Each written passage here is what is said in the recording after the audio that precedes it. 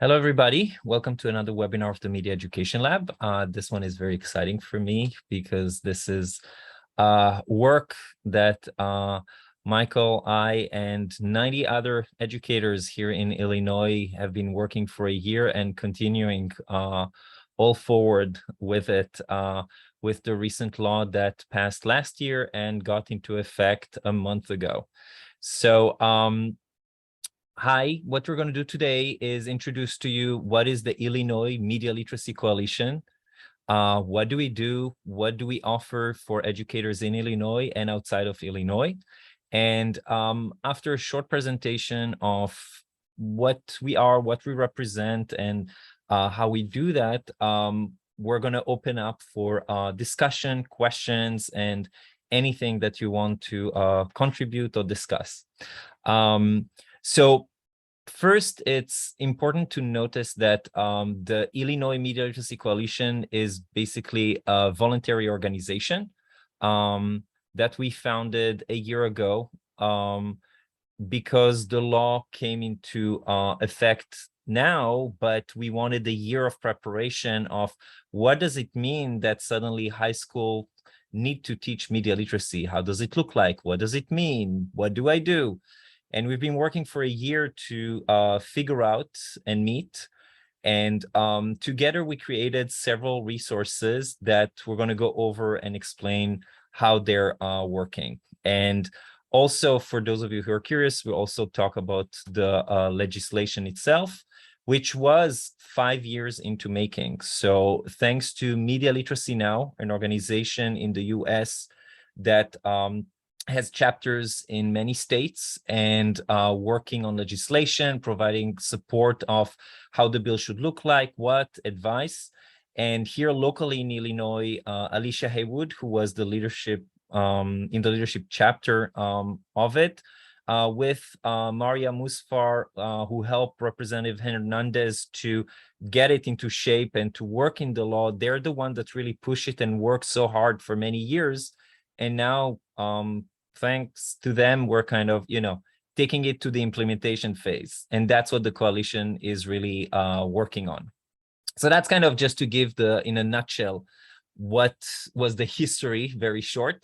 But I'll give it now to the co-founder, Michael A. Spikes, to explain the law, the framework, what do we provide, and then we'll come back to see even more resources.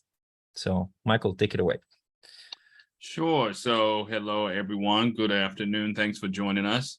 I kind of got the feeling it's going to be like an intimate conversation between all of us. So I'm going to actually ask folks to go around and just introduce themselves really quick, because I would like to use this opportunity, and I'm sure this is going to come, later in the conversation too, especially after showing you sort of like our sort of overview of media literacy. I really want to hear your feedback on this sort of approach to it too. So would love to find out who you all are. So why don't we start off with Jennifer? Hi, I'm Jenna. I am at Erickson Institute, or I work remotely for Erickson Institute. I'm a professional development facilitator and manager. I work remotely 100% from North Carolina. I live in North Carolina, and so I am now part of the North Carolina Media Literacy Alliance, and Jamaica is kind of transferring her Media Literacy Now North Carolina lead chapter position over to me. So that's kind of why I'm here, and same with Andrea. She's here from North Carolina as well, because we want to figure out how you guys are getting things done and how we can get things done in North Carolina. So yeah, I'm very excited to be here. I also was I was the lead author of the Media Literacy Media Literacy and Early Childhood Report. And now I have a 3-year IMLS grant funded program. It's like we're developing a media literacy and early childhood PD model for library staff. So yeah, Great. Thanks for being here, Jennifer. And yeah, really excited to have you here. Why don't we next go to, I'm gonna go to the people I don't know next, because I'm not gonna be one of those people who just call on my friends first. So I know Andrea is still working on her mic, so I want to give her a little bit of time. So I'm gonna jump over to Bruce. Bruce, I think you're muted. No surprise there. My name is Bruce Taylor, and I teach a media literacy class to a private school, 7th graders. Just been assigned that task this coming school year. So I'm a history major by heart and by nature, been teaching US history, civil rights classes, and so on, but trying to gather as many resources and information and knowledge-based skills that I can to bring into my classroom. The school started this class 2 years ago, but the teacher who began the process moved on to another school. They didn't want to drop the program, so I voluntarily stepped in, wanted to keep it alive. So I'm here to gain as much information as possible, but to throw some ideas out there that I've had too. So just trying to improve my skills. Thank you, Bruce. And can you just tell us, where is your school? Which It's in school? Massachusetts. It's just outside, about 10 miles outside of Boston. It's called the River School. And again, it's a private school that's been around for, I don't know, 110 years or something of that nature.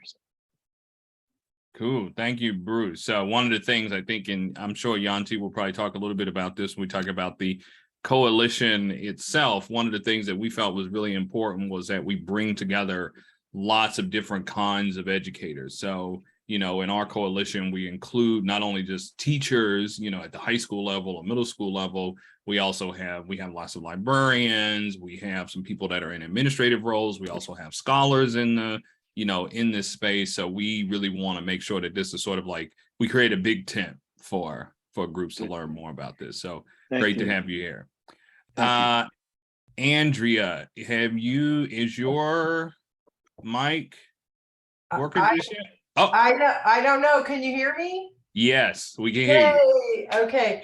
I still have not figured out the camera situation, so I apologize. However, I'm very happy to be here and to see Yanti and Jennifer and to meet the other folks here. And I teach videography at Cedar Ridge High School in Hillsborough, North Carolina.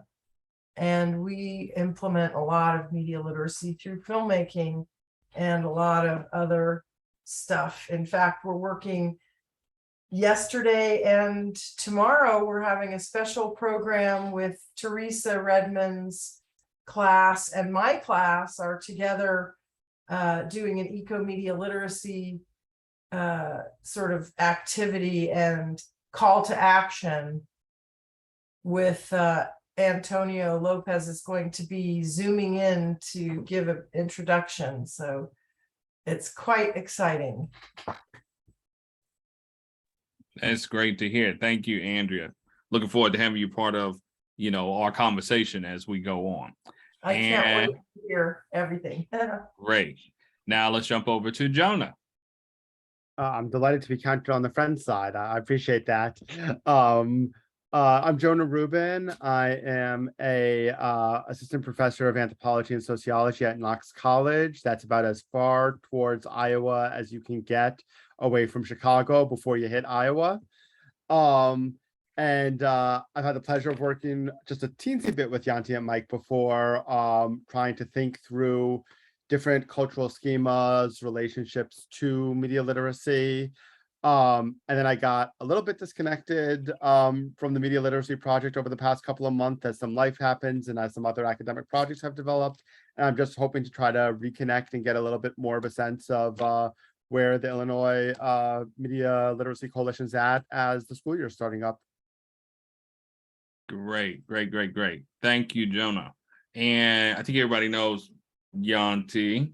I'm gonna say they do. So I'm gonna jump. So then I'll jump to what I was supposed to talk about here. So and I'm thinking this is gonna be like 10 minutes. Is that right, Yanti? If that. Okay. So so like Yanti mentioned, our group, the Illinois Media Literacy Coalition, formed a year ago. one of the big goals of it, one of the ways, you know, it's been kind of funny about the ways that I've been talking about it has been, you know, I kind of call it a collective. You know, I almost don't even call it an organization. It was just kind of like Yanti and I got together and was like, we know something about this. We think it's really important for us to get out in front now that we've got this piece of legislation that's out there, and that we should do something about this to help people understand what media literacy is, I guess, at least from, you know, our standpoints about media literacy being the building of critical thinking skills to, you know, judge good information.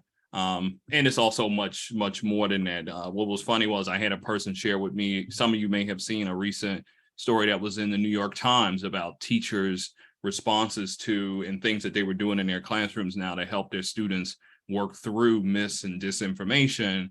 And it actually featured media literacy now in that story. And something that some of our colleagues came back with was they weren't crazy about the fact that the Times writer had sort of framed media literacy education as basically just a way to counter misinformation, right? It's about much, much, much more than that. So in doing so, in sort of putting this group together, one of the things Yanti and I really talked about and thought about, because we've been in a role of both being now scholar, well, I say for myself, I guess now I'm a scholar in the area, and also being practitioners in the area.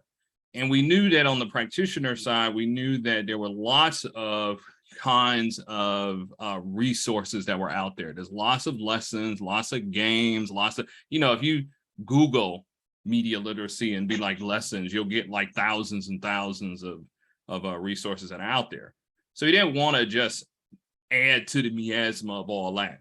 And we also didn't want to try to position ourselves as people who know better than everybody else, right? So even though we, you know, we sort of have this role, the state board of education has actually reached out to Yanti and myself about, you know, being providers of professional development and resources for the state. I guess we'll get like a stamp of approval from the state, but we are not the only ones that are working in this area. So we wanted to be clear in that we were trying to create this big tent, but the other thing we wanted to also do was help teachers understand the broad sort of overarching concepts that are part of multiple approaches to media literacy education. Because like for myself, and I was just about to say that, for myself, my own, my expertise is in the area of news media literacy, or also, you know, known as news literacy, which tries to use the practices of journalists as a lens for building these skills, right? But that's just one subset of what media literacy is. It isn't the only approach. There's lots of approaches to do so. So what Yanti and I did was we worked on what we have sort of termed a framework for understanding media literacy. The hope being that in presenting this to teachers, educators of all kinds, they could see in these, we sort of have 4 broad concepts. In those 4 broad concepts, they could see, oh yeah, I already kind of do that. You just gave me other vocabulary to put around things I already do. Because we want to emphasize also to educators, especially in classrooms, because I'm sure like Bruce knows, and especially because you teach middle schoolers, I bow down to middle school teachers, because you know, but because there's always lots going on. But we, you know, as always, we don't want to try to burden teachers with yet another thing to have to do. So this is how we sort of approach it as this very broad thing. So I'm going to share some slides here, and I don't know if anybody, so tomorrow I'm actually going to be, you actually giving me an opportunity to go back over these slides once again, because I'll be presenting them tomorrow at a conference. So thank you for that. So in any case, these are sort of like our approaches to media literacy education. So we have this new bill, which outlines for us a specific definition of media literacy. And one of the things I'll also mention here is that the way we start off with that definition, but it's also put together in our framework, which you can get to at our website, which is ilmlc.org. But we'd like to start with that definition. And that definition in particular that's in the bill, and Yanti really played a key role in making sure that this definition that comes from and is adapted from the definition from NAMLE, the National Association of Media Literacy Education, was included in the bill. because we've seen that other states have taken up media literacy in there, not in terms of a requirement. Illinois is the first place to have this requirement, but as a standard for learning. And we've seen other people sort of swoop in and call it something else. So we wanted to be sure to have a clear, cogent definition in there. So the definition that's in the bill is that media literacy is the ability to access, analyze, evaluate, create, and communicate using a variety of objective forms, including but not limited to print, visual, audio, interactive, and digital text. As we know, we encounter lots of different types of text. We wanted to make sure that that was included. Some of the things that we emphasize with this definition are that media literacy is a collection of both knowledge about media and skills informed by that knowledge. So with that being said, when I talk to people about this, I say it's much more than a checklist. It's much more than this one lesson. It's much more than even one particular curriculum. It's a collection of things that people will use over time. With that being said, media literacy should also be an ongoing practice that yourselves as educators or your students can exercise in lots of different ways. There's lots of ways to be quote unquote media literate. And when using media literacy and when it's enacted, we like to see it as giving more agency over to its learners, to give them control over how to choose what media to use, how and when to use it, and how to address its impact or how it may affect them. One of the things that I've actually started to work on, and as we get into our conversations, I'm going to be really interested in hearing Yanti's perspective on how do we break down these action words that are part of the definition: access, analyze, evaluate, create, and communicate. I sort of have taken those and tried to break them down for teachers. I was doing this in a recent presentation. And I also added the other two pieces that are not directly in that first part of the definition. They're a little bit further down when they try to define what each of these things are. And those are reflect and act. Now, last week, I presented this work to a coalition of civics teachers. And in that case, I told them, I'm not going to go over like a definition of these two things, because in civics, we do think about civic action, right? So I was going to let them sort of take that on. And Yanti can speak much more to those parts of this than I can, because I will admit that I am much more on the sort of analyzing media side than the creation side. So the way that I sort of break these down are that when we think about access, what does access mean, or how do we translate these action words into things we want our students to do? We say that access can be one of the ways that we use knowledge of the media landscape and economics to distinguish reliable, trustworthy sources of information. So how do we know what we're looking at, right? What kind of characteristics should we look for in different kinds of media that can tell us what is, say, entertainment, what is news, what is advertising, and so on, and how should we respond to that based on knowing what genre those are. Then I moved down to analyze and evaluate, and I sort of put these together and sort of give them the definition of using inquiry to deconstruct media, using information such as authors, outlet, target. I shouldn't say I came up with this. This is also in the bill, so I can't take full authorship for it. So again, using inquiry to deconstruct media, using information such as authors, outlet, target audience, form, and technique, among others, towards determining credibility and purposes of messages. You'll see this pop up also in our framework. This idea that media messages are created for particular purposes. And once we know what those purposes are, or can be able to assign a purpose to messages, it can allow us to break them down or really do that process of deconstructing them. And then similar to analyze and evaluate, I sort of put create and communicate together. And just as my interpretation of some of the words that's in the bill, students can demonstrate knowledge of how to convey a message for a specific audience using different media forms.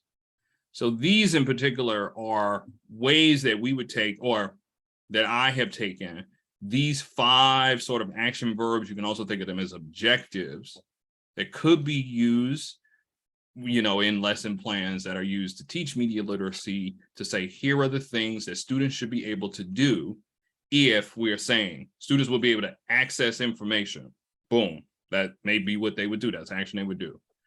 Analyze information, evaluate, create, and communicate information. And again, the last two pieces of reflection and action are no less important here. However, I do leave those to other people to add definitions to. That being said, I'm going to move to our framework. And I know that time is kind of short there, and I want to give us enough time to talk. So what I'm going to do is I'm actually going to pull these up here just all together. So our 4 pillars that are part of our framework consist of the first being understanding that all media messages are constructed towards a specific purpose. You heard me mention that when I talked about the analyzing and evaluating of messages, right? We think about what are the purposes for the creation of a piece of media, and how are those media messages constructing, say, certain representations of people, representations of messages, and so on. One of the examples that I like to use in the, let's see, yeah, if I use it in, I'm going to go ahead and use this in the sort of news context, right? Stories come, oh no, that was my second one, sorry. In that first one, what I use is the story of the 3 little pigs. If we look at the story of the 3 little pigs, pigs go out to seek their fortune. One builds a house out of straw, one out of sticks, one out of bricks. The big bad wolf comes around and blows the houses down. That story is told from a particular point of view. It says the wolf is big and bad. That in itself is a construction. We've constructed an idea about this wolf. We can then look at that story, and if we tell it from another point of view, say it be in the wolf's point of view, it would totally change that story, right? In this book, which is, I think, pretty well known in elementary school and circles, tells the story of the 3 little pigs from the wolf's point of view. And a line that I actually pulled from that book is the wolf speaking to the audience and saying, the news reporters figured a sick guy going to borrow a cup of sugar didn't sound very exciting. So they jazzed up the story with all that huff and puff and blow your house down, and they made me the big bad wolf. So that's the real story. I was framed, right?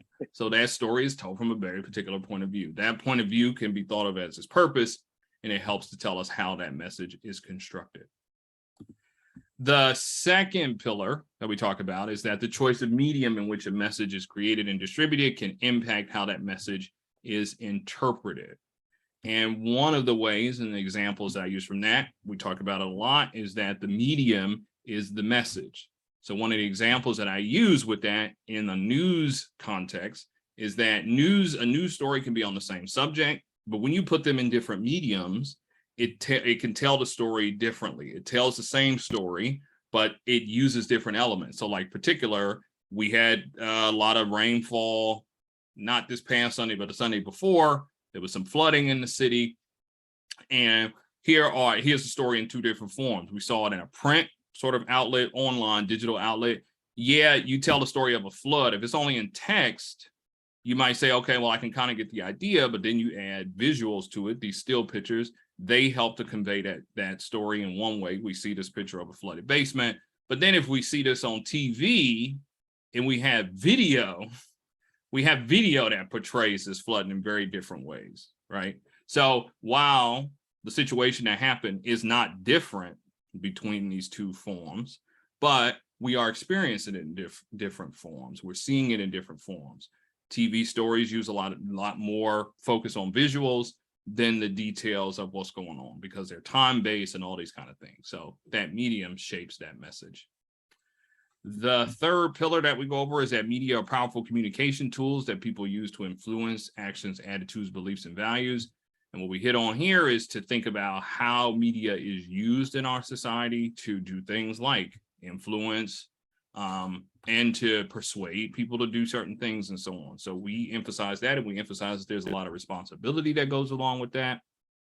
We'll talk about that some more. And then the fourth pillar being it sort of mirrors something I talked about earlier, is that analyzing media messages, evaluating their impact, and reflecting on our own use of media can provide us greater control over its use. So that is the big goal, sort of like of media literacy, is to give the users and the learners of it more control over the media that they encounter.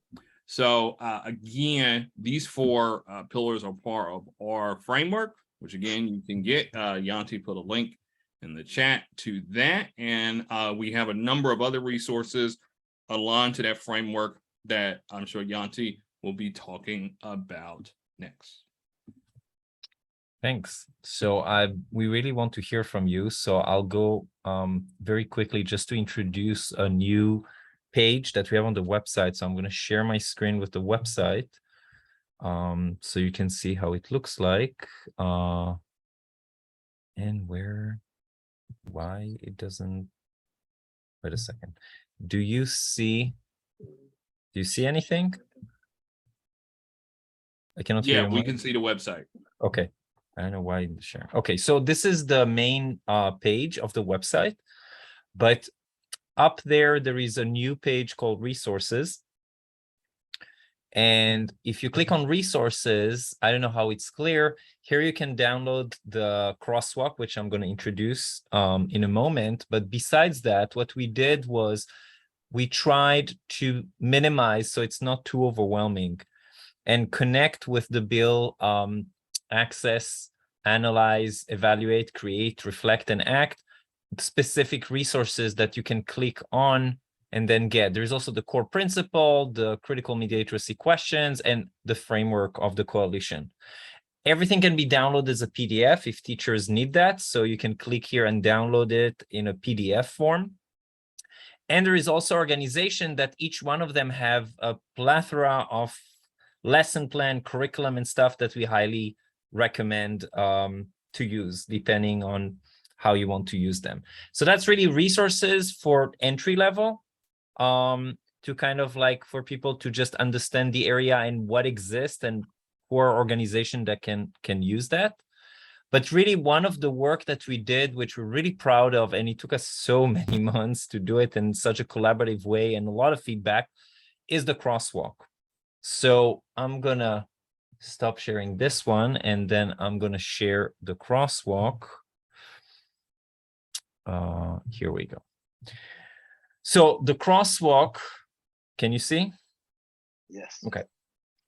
So the crosswalk, again, it's a collaborative of 90 people in the coalition, in addition to organization as the Media Education Lab, Media Literacy Now, the National Association for Media Literacy Education, namely, the Illinois State Board of Education, who adopted it, Illinois Civic Hub, ISLE, which is the Association of Illinois School Library Educators, and the Illinois Digital Educators, who are a ISTE chapter in the state.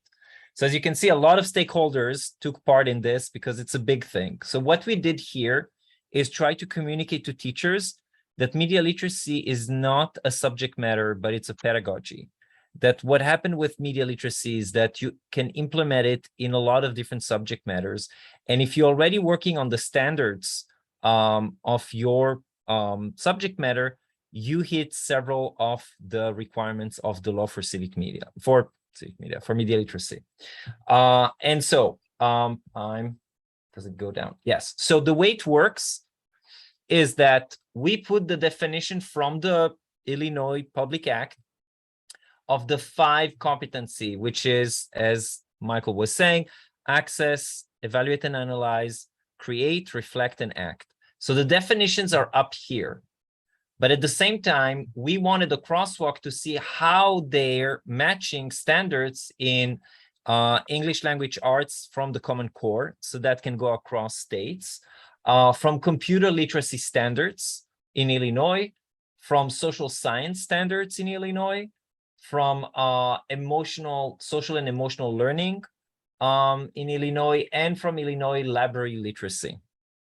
And so you can see in each one of those 5 pages how specifically that competency correlate with different standards. And that is a PDF that can be downloaded. So you see the analyze and evaluate, you have the create, the reflect, and then the social responsibilities. And so the idea is that can be transferable to other states, and you can look at it, from the standards there.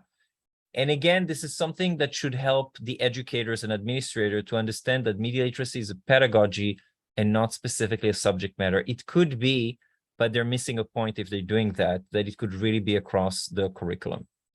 So that's like a big thing that we just published several weeks ago, and we're very proud because it took a long time to get it, but it's very useful, and we hope that to see it implemented.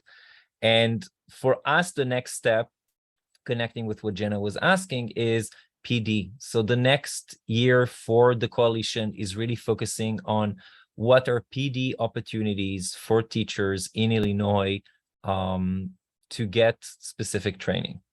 So that's really the introduction. And we're now opening up for question, discussion, any point that you want to bring, any question, we welcome your input. So you can unmute yourself in the chat.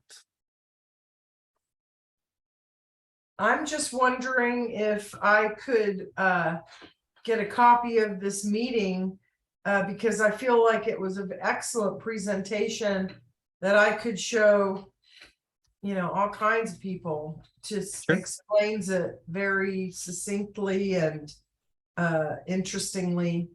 So that I would love that. Yeah, so the recording next week will be posted on the Media Education Lab and also on the coalition website. And if Yeah, helpful, I would just, go ahead, sorry, go go ahead. ahead, Bruce. well, thank you. I was just gonna second what Andrea said, because I firmly believe the information that Michael, that you gave in the presentation, and Yanti, what you gave as the the platform there, the competencies. I'm trying to prove to everyone how wonderful this information, this, I'm not going to call it course, it's a course to me, but it's not. It's a concept and it's a theory, it's a practice of life, how interdisciplinary this is. It goes across the entire learning spectrum. So it's not just a specialty, it is a skill that's useful, again, from 7th grade on through life. So this is a lifelong set of knowledge that we can use in every facet of our learning and teaching experiences. So I second getting that information online and the recording online, but the notes I just took right now, it's just blowing my mind, because I'm saying yes, yes, yes to everything I'm seeing, and trying to draw those connections, to pertinent skill development is going to be wonderful for me. Yeah, one of the things I was going to mention was the State Board of Education had also asked us to do like a overview of the framework. So basically what you got, with the exception of like how I broke down the access, analyze, evaluate, create, communicate, is also, I guess that's going to go, is that going up on their website? Both, I guess I need to put it on our website, but yes, it should be on there. So they have their own designated website that they're going to use our resources to link it there as well. But your introduction, we should put it also in our website. Yeah. Yeah, I'm gonna grab the link and I'll put it also here for you all. And Bruce, I also put an Andrea. So I was interviewed last week. And it's only 5 minutes. It's very short. They cut all my, contribution, like saying like, about the whole history of what I presented here and how many people, but that was not interesting for them. So, okay. But this is basically a 5-minute explaining exactly this thing, that it's across the curriculum, and it's about critical thinking and what are the skills specifically that students would have. And, having NPR there, it's kind of give you some kind of stamp of credibility. I don't know. Mm-hmm. So that can be helpful when you're trying to say to your administrator, so you just send it's only 5 minutes and they can listen while they're driving or while they're, doing something else. And that can help in the persuasion of like, why is it so important? Why do we need to have it? Thank you. Jonah, I know you had a question or comment. Yeah. So first off, thank you. It's super impressive. And I absolutely love the approach to media literacy that says this is not about distinguishing fact from fiction. This is so much broader and bigger and bolder than that. I was just teaching Just Mercy, Brian Stevenson's book on the reform of the death penalty system in the United States to my students, and going through the examples he talks about in media and just saying, you know, is there anything in this media reporting that's factually inaccurate? Then why do we have a problem with it? And it just like was a really big moment to open up for them of like, you know, factually accurate information still conveys media messages that are important, that are constructed, that shape our world. I love the big bad wolf example, Mike. I'm so stealing that. It's great. I was telling Michael that it's exactly Wicked just for kids. Yeah. If you know the Yeah, musical, exactly. the book, now they're going to do a Yeah. movie. I just read in 2 parts, December 24th and December 25th. So Yeah. So because I'm me, when I like something, I get neurotic about it. And so I have a neurosis that I want to like ask you guys about. Because one thing I think that like worries me, and I don't know what to do with it because I feel like my approach is so close to the approach that you outlined here, is that the structure of what we ask our students to do ends up coming extraordinarily close to the structure of conspiracy theorists themselves, right? Oh, what messages are trying to be sent through the media? Who's really behind these authors? What do we get if we dig below the surface and look at the secret messages being conveyed here?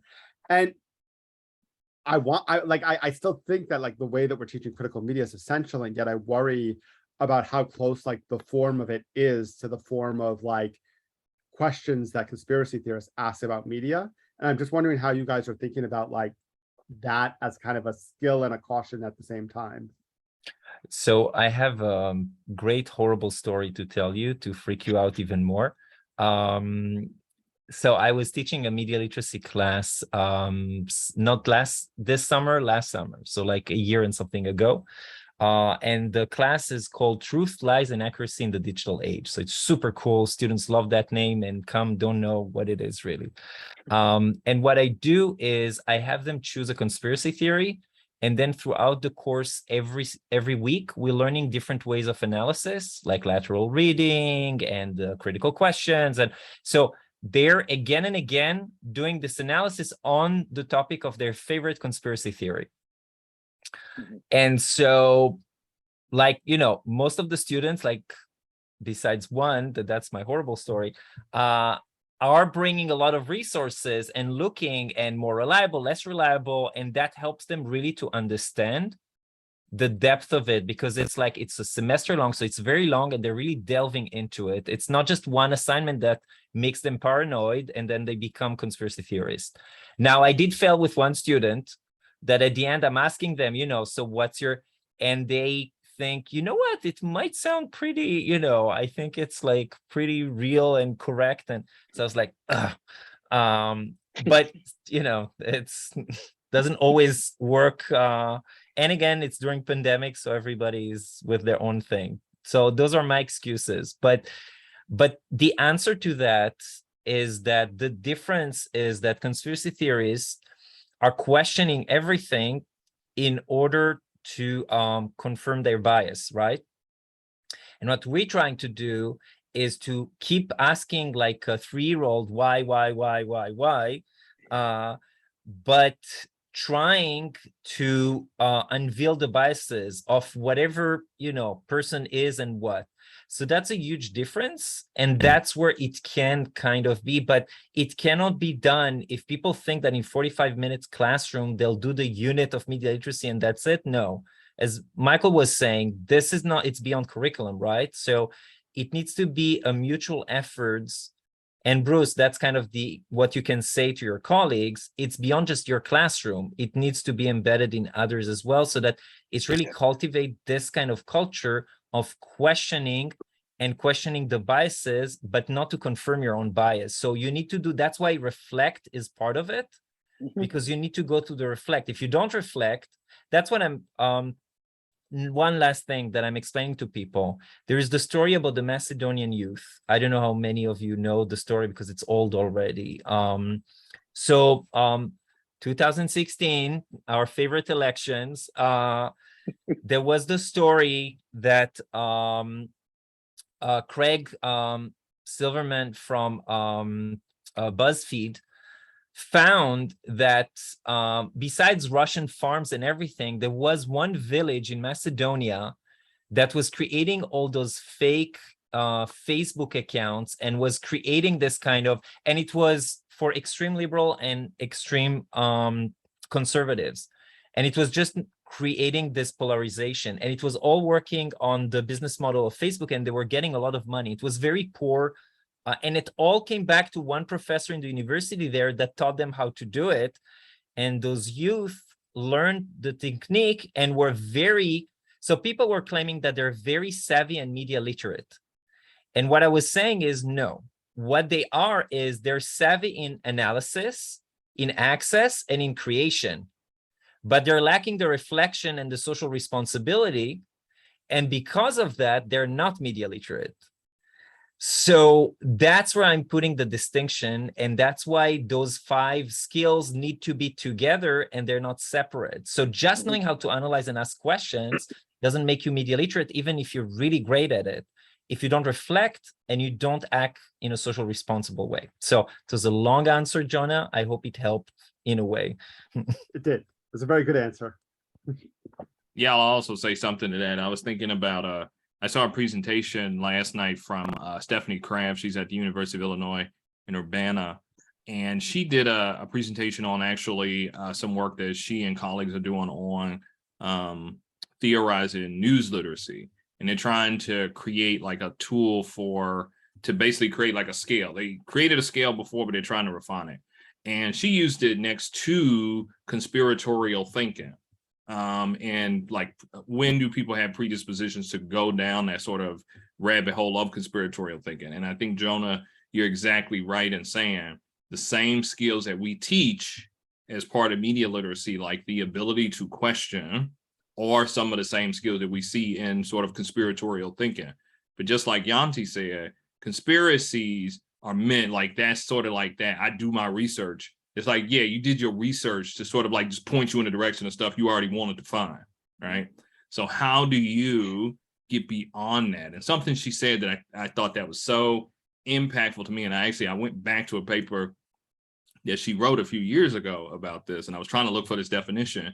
And one of the things was like, conspiracies offer people simple explanations to things that are super complicated, and they seem like they're very logical, right? Like, you take 9/11 and people say, oh yeah, the government was all behind it and da da da da da, and let me show you how, and they'll do it in like 2 minutes, right? And some people go, oh yeah, that seems credible, right? But knowing like nothing is that like simple, right? So it's just in the same way, like Yanti said, I just want to also just, co-sign on that reflection piece. Like, so many times we have to even ourselves kind of step back. There's times that even for myself, I get information and I say, that sounds so much of what I already thought was the case, but wait a minute, what might I be missing? What parts of this? And those that I'm getting the information from, what are their intentions in giving me that information? Are their intentions to persuade me, or are their intentions to give me information that can help me make sense out of the world? And again, even as I was hearing myself say what I just said, I could also hear other people saying, well, this is how I know what's happening in the world, because everybody's out to get us, right? So you just have to watch out for that. There's a great, and last thing I say, there's a great talk. I think we probably even talked about this before, Jonah and Yanti, a great talk from, oh my God, what's her name? At a South by Southwest. Yanti, maybe you can help me. What's her name? Dana Boyd. Dana Boyd. Yeah, Dana Boyd did a great talk there. That was basically like, you say you want media literacy, right? But here is how, the extreme of what media literacy, what it could do. It could create a bunch of people who just, do a lot of conspiratorial thinking. So, yeah. And this talk was taken very badly by the media literacy community and not looking deeply into like what she was trying actually to say. I mean, she could have said it a little bit nicer, but that's a different story. So any other comments? Those are great. Any other questions or comments or thing? I have so many logistical questions. Sure, go But I ahead. will I'm sure save you're not that. the only one. Are you It's, sure? sure, go ahead. So I will just say all of them and then you can answer Mhm. whatever you want. One, why did you start with high school? Are you working to also get bills for middle school and elementary? Did you play a role in the advocacy or lobbying for the bill? What was that process like? How could we do that in North Carolina? And then essentially you created this coalition after you already knew like that bill was being passed or it was passed or somewhere already in the process. And I think North Carolina is kind of on the other end where we have an alliance and we're trying to advance media literacy education in the state. Tips, tricks, ideas, thoughts, So challenges. yeah, I can tell you the all of history that. here, and it might help, might not help, but the Yeah. coalition, yes, the coalition had the drive because there was the bill, and that mobilized people to come and influence because they knew that it's coming.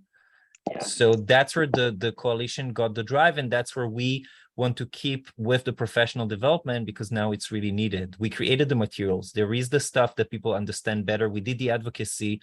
Okay, now the real deal, the professional development. So that doesn't help you in that sense because you're not there yet.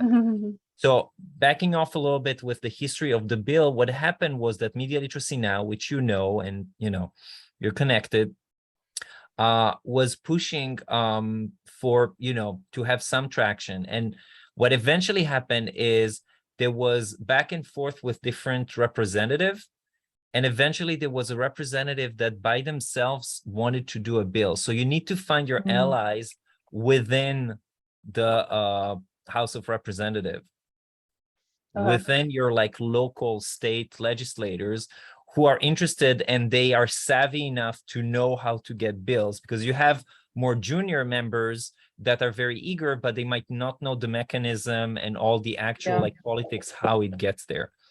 So it's really finding those people. And that's where Alicia, Maria, and the people at Representative Hernandez like connected, and that's really taking like, and then they started to go to experts. So they went to ISLE, the school libraries. They, at some point they came to me also, and like all of us gave feedback, and as a negotiation, eventually they got to the language of the bill. And again, Media Literacy Now has samples of bills and how and what to help start. But then it starts into political negotiation, like what should be the language and who are the people that actually do have power and influence at the legislator level of your state. Okay. So you have a lot of people in North Carolina Yeah. that are really interested and invested, but how does it translate into the actual legislator? That's where your move should go next. And just to answer your first question is, the decision was to go with high school because there was this notion that high schooler, which I disagree, but high schoolers are more mature to deal with media literacy. And as we know, I have a 4 and a 6-year-old, like I'm torturing them every time they're watching SpongeBob SquarePants. They're like, Dad, go, like stop asking us questions about it. But you can start, you're the expert, right? More than early childhood. But the idea is we got a foot in the door. And now we're thinking in the long run, like what can be done, because really high schoolers are maybe ready, but they're not necessarily the ones that really need it the most. Like we know that senior citizens are the ones on Facebook that are spreading misinformation. So they actually need it more than the younger generation. But that's much more difficult. They don't go to school, right? They're not captive audience in that sense. And the law is only for public schools. What do you do with, private schools? So that was a start, basically. The high school was just a start, that there was some kind of a consensus. So that worked. Will it work for middle school, for elementary school? I don't know. That's to be discovered, basically. But that's, again, it goes back to like finding the legislator is low-hanging fruit, baby steps to just get there. Yanti, did you have any success reaching out to Republicans to support it? Because I don't think any of us would see media literacy as particularly partisan, but I imagine that the logistics of passing a bill in a state like North Carolina, which is deeply purple, might be slightly different than passing it in a state like Illinois, which is deeply blue because of popular perception, certainly not because of our own feelings of how media literacy breaks down. So policy-wise. I never use the word bipartisan or nonpartisan because I feel like when somebody says that, there's something kind of, it's like, not that Margaret Thatcher is somebody that I really kind of, but I quote sometimes when I'm talking about power that something around the sense of like, if you're a lady, you don't need to say so, or something like that, right? Mhm. So I butchered that quote, but anyway, the idea is that you reach out to conservative that are concerned about what's going on with the media, that they are concerned about the well-being of the youth in that case. So the idea is that there are Republican conservatives that do agree with it. Not everybody, also not everybody on the liberal side. It's not like everybody agrees that that's, and there is also debate about the indoctrination of it. And what I'm trying, and in this NPR piece, at least they left that part that I was saying that if you indoctrinate, it's not media literacy. And that's something to really emphasize. Because the idea and the argument from the extreme conservative side is that this is liberal agenda to indoctrinate the student to think in one way. And that's definitely not the case because you're asking questions, you're challenging power. So it doesn't matter, it's somebody in power, they're being challenged by those questions, whoever it is. So that's kind of the argument. And to make it more problematic, there is all the issue with adding the word critical to media literacy that position it alongside critical race theory. And again, I think critical race theory is important. It's it's a more higher ed practice that I do it as well. High school don't, it started with the law kind of discipline and legal discipline.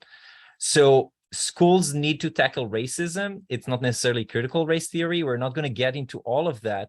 But part of the problem is to take media literacy and put it in the same bucket and saying that's the same thing, which it's not. Like it includes, like, looking at power. Media literacy is about looking at racism and looking at all the ism and looking at all the atrocity and power and oppression and what's happening there.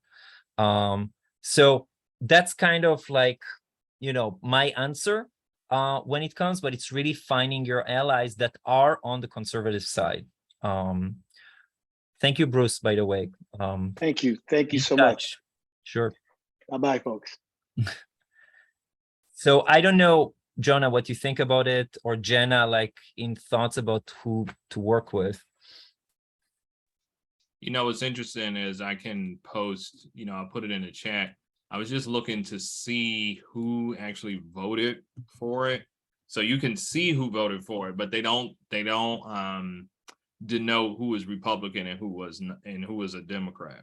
You can see all the sponsors are Democrats of the bill, but the voting records, you can't see who's who. So, if somebody wanted to do an analysis of that or has some way to do that, you can kind of find out who are the Democrats and who are the Republicans. It's probably a lot about, like you were mentioning, I think what you were also talking about, Yanti, is about framing this as like a education, a thing about education, not about, indoctrinating, just like you said, not indoctrination. And the language. So Florida, for example, is advancing a media literacy bill as well, which you might be surprised, but so it's really to find your allies. And fun fact, did you know Christina Passione-Zayas used to work at Ericsson a couple of years ago? Oh, no. But she's a representative, yeah. Cool. So Ally.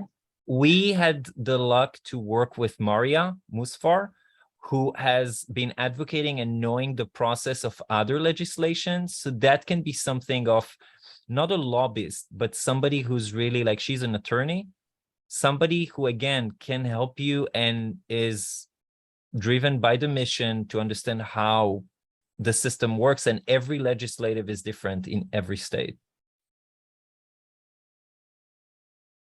Yeah, you know something, I'll mention there since you mentioned Maria. Maria, who was really the person who sort of who really gave us a big push, you know, after this looked like it was going to get passed.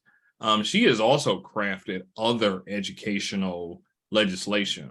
So finding someone in your state like that, like a lot of times I refer to her almost as like a legislative aide, but she works a lot with lawmakers on actually drafting the legislation. So if you find someone like that, that could also be really, really helpful probably in your state for pushing that forward. She was, I mean, I think she was a crucial person for getting this sort of Yep. push.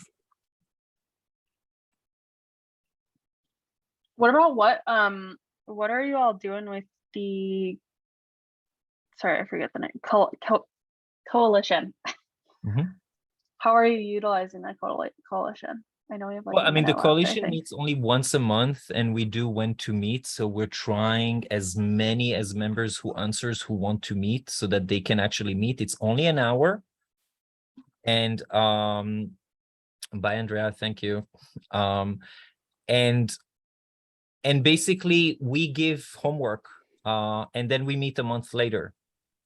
And so it's a lot on Michael and my plate to kind of, you know, follow up and do, but that's part of like, you know, to make sure that it actually happens and people are doing and make sure the communication works.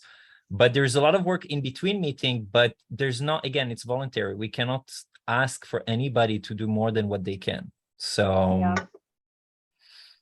so you need people who are motivated, have time and knowledge, and you know, and basically delegate and have people like the crosswalk. We had Laurie Anderson who started it, and then we had others who chime in and say, oh, we need to add this. I said, okay, you're knowledgeable about this standards, can you decide which standards? And then others review and went back. So yes, it took 6 months, but you know, we did it. So it's really about managing like how everybody can contribute as little as big as they can. That's awesome. Thank you. Sure. And I mean, you know, we talked with Jamaica. We're happy to be here as help anytime. Okay.